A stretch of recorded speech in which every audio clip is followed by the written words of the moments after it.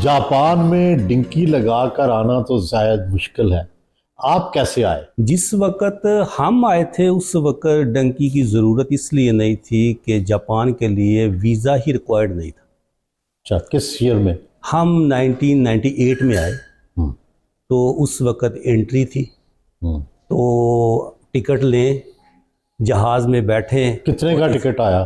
Ticket उस वक्त जो था वो 20,000 रुपीज़ का था, अच्छा। क्योंकि डॉलर उस वक्त 17 रुपये 16 रुपये का डॉलर था। तो ये रिटर्न टिकट इतने का आया था। जेब में कितने पैसे थे जब आप उतरे यहाँ? $1,000 था, वो भी शो मनी के लिए हम साथ लेकर आए। किस तरह जिंदगी आके पहले दिन रातें कैसे गुजरी? जॉब की परेशानी, रिहाश, हमें जापानीज लोग उस वक्त रेंट पे रिहाश भी नहीं देते थे। लैंग्वेज बैरियर था, फूड के इशू थे, उस वक्त यहाँ हलाल फूड वगैरह नहीं थे। कौन कौन सी जॉब्स की आपने? मैंने जॉब्स की हैं, प्लास्टिक की फैक्ट्री में भी काम किया है, और फिर हमने एक टीवी की कह लें कि मैन्युफैक्चरिंग थी शार्क की, वहाँ भी जॉब की है, और हर किस्म की जॉब की है।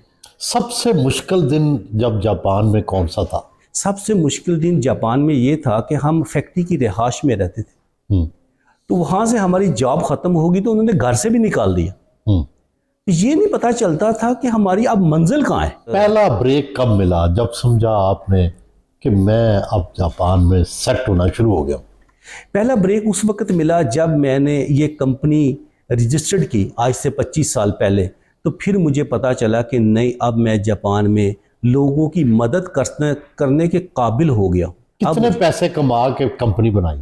मैं कंपनी जब स्टार्टअप किया, फिर उस वक्त $1,00,000 से स्टार्टअप लिया था। कैसे कमाया वो $1,00,000? पहला जॉब करके बचाते थे, सेविंग करते थे। घर से प्रेशर नहीं था पैसे भेजने का, तो इसलिए यहाँ सेविंग थी, इसलिए।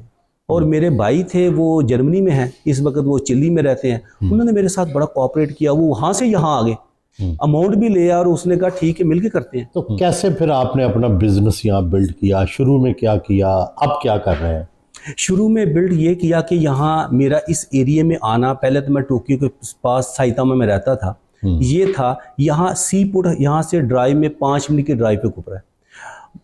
रशिया से जापान जो है वो लकड़ी इंपोर्ट करता था, तो जो वापस जाते थे ना जहाज, वो खाली होते थे। तो रशियन यहाँ से गाड़ियाँ, टायर ये लेके जाते थे। तो मेरा यहाँ आने का मेन जो टारगेट था वो ये सी पोर्ट था। तो मैं यहाँ आया, रशियन कैश बाय करते थे गाड़ियाँ, वो कंपनी का cash flow her day by day बेहतर होना शुरू हो गया। ये मेरा मेन पर्पस था इस एरिया में आने का।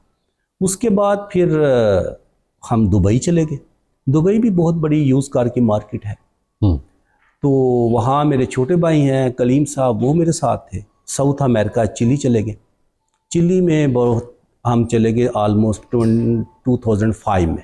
उसके बाद चिली में काम करते रहे, फिर हम पेरू में चले गए 2006 में। ऐसे एक्सटेंड करते करते 2011 में एक नया आइडिया मार्केट में लेकर आए कि हम अपनी कार जॉइंट एडवेंचर के साथ मैन्युफैक्चरिंग करेंगे। अब तक कितनी गाड़ियां बना चुके हैं आप? हम तकरीबन इस वक्त तक 80,000 से लेकर 1,00,000 गाड़ी मैन्युफैक्चर कर चुके हैं। और बेच कितनी चुके हैं? बेच भी तकरीबन हमारे पास कोई स्टॉक नहीं है। अब आप अपनी ब्रांड की खुद गाड़ियां बनाते हैं? खुद गाड़ियाँ बनाते हैं। पाकिस्तान में लॉन्च कर रहे हैं या नहीं?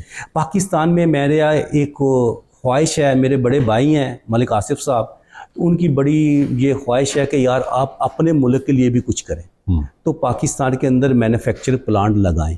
तो इंशाल्लाह मैं बड़ा होपफुल हूँ कि हमारी कंट्री में स्टेबिलिटी आए, क्योंकि हमारी पॉपुलेशन के लिहाज से बहुत बड़ी मार्केट है, और ईवी के अंदर अभी बहुत ज़्यादा चांस है। इलेक्ट्रिक व्हीकल जो है ना, इसके अंदर बहुत बड़ा चांस है। और सबसे ज़्यादा आपकी गाड़ियाँ कहाँ बिकती हैं? जो जापानीज यूज कार है वो कीनिया में सेल होती है, और जो न्यू कार है वो बोलीविया में सेल होती है। अब अगर अंदाज़ा लगाना चाहें, पाकिस्तानी खुश होते हैं अपने किसी दूसरे पाकिस्तानी को देखकर, तो आपकी वेल्थ जो है, जो टर्न आउट कितना होगा आपका सालाना? जो जापान के अंदर हमारा टर्न आउट है वो मोर देन 100 मिलियन US$ से ज़्यादा है।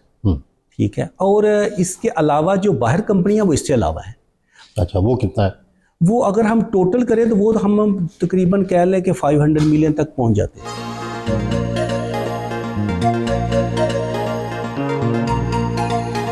भाइयों के साथ मुलाकात की, और सब आप तो पाकिस्तान रहते हैं, सलीम साहब जो हैं इनका आपने बचपन से लेके अब तक देखा है, बचपन में कैसे थे, कितने तब्दील हुए? बचपन में भी ऐसे थे और अभी भी ऐसे ही हैं। ये दूसरे भाइयों से थोड़ा मुख्तलिफ सोचते थे अच्छा, वो क्या? अपने बिजनेस के बारे में। अच्छा, बचपन की मैं क्या खुद याद? मैं खुद जर्मन में रहा हूँ, हम्म, मेरा छोटा भाई जर्मन में रहा है। हम्म। हमें इतनी दिलचस्पी नहीं थी बिजनेस में जितनी सलीम भाई को। अब जो है किस तरह से फैमिली आपकी इकट्ठी है, किस तरह से आपकी आपस में वर्किंग है, वो बताएं। माशाल्लाह से सारे भाई इकट्ठे हैं, इकट्ठे रहते हैं, हम्म, इकट्ठा हमारा बिजनेस है हम्म। और खुश हैं। तो अगर कोई डिस्प्यूट पैदा हो जाए, अगर कोई इख्तलाफ पैदा हो जाए, वो तो कौन अगर रिजॉल्व करता है? अगर इख्तलाफ पैदा होगा तो वो खुद ही मसला भी हल कर लेंगे, क्योंकि बड़े किस लिए होते हैं। अच्छा, तो किस तरह, क्या मतलब बिजनेस का हर एक का फार्मूला होता है ना, कि सब इकट्ठे बिजनेस करते हैं, फार्मूला क्या है? ये वालिदैन की मेहरबानी है, क्योंकि हम तो भाई हैं, आगे हमारे बच्चे भी जो हैं उनमें भी बहुत ज़्यादा प्यार है। तो बच्चों के रिश्ते भी फैमिली में कर रहे हैं या बाहर कर रहे हैं? अभी तक तो फैमिली में ही कर रहे हैं, आपस में फैमिली अगर ज़रूरत पड़ी तो बाहर भी कर लेंगे। हमारा बचपन इकट्ठा गुजरा है, जिस तरह बचपन में होता है, लड़ाइयाँ भी होती हैं, लेकिन इनमें ये था बर्दाश्त बहुत थी शुरू से ही।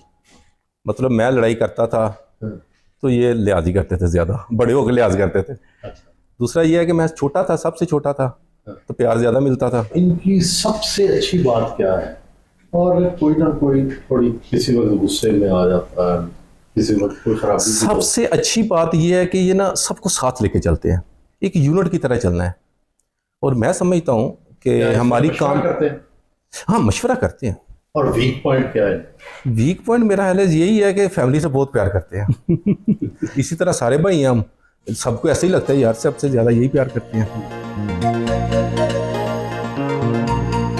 जापानी दोस्त और बिजनेसमैन दफ्तर मिलने आए।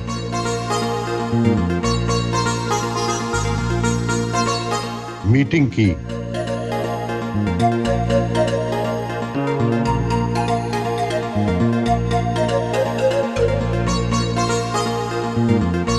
पाकिस्तानी खानों से मेहमानों की तवाज़ो की गई।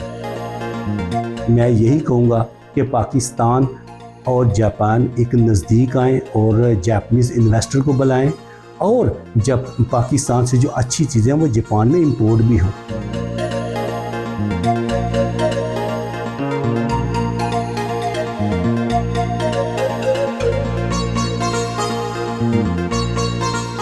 मलिक साहब, इसकी क्या वजह है कि सारे पाकिस्तानी यहाँ कारों के बिजनेस में है, यूज्ड कार बाकी मुल्कों में भेजते हैं? ये पाकिस्तानियों ने ये पेशा क्यों इतनी आसानी से अपना लिया? जब हम लोगों ने 20-25 साल पहले कारोबार शुरू किया था तो जापान के अंदर गाड़ी स्क्रैप करने के उल्टा जापानीज से लोग पैसे लेते थे। $200 लेती थी, $200 जी। अच्छा। तो जब हम लोग आए तो हमने कहा कि उल्टा हम आपको $100 या $200 या $500 देते हैं। तो जापानीज लोगों ने कहा ये कैसे लोग आ गए, उसने हमें गाड़ियां देनी शुरू कर दी। हमने रशिया, दुबई, किसी ने भाई भेज दिया, किसी ने भांजा भेज दिया। हम लोगों का कैश फ्लो इस स्पीड से बेहतर हो गया और सब सक्सेसफुल भाई हो गए, और जापानीज की नज़र में हम बहुत बड़े ताजर बन गए। मलिक साहब, पाकिस्तान की कौन सी बात आपको सबसे ज़्यादा याद आती है?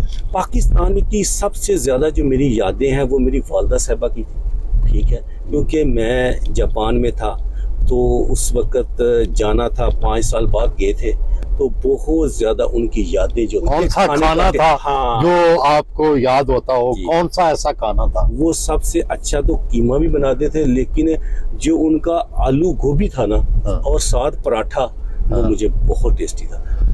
वो ऐसा नहीं यहाँ मिलता। ऐसा नहीं मिलता। वो टेस्ट नहीं मिलता, वो माँ के हाथ की चीज़ें नहीं मिल सकती।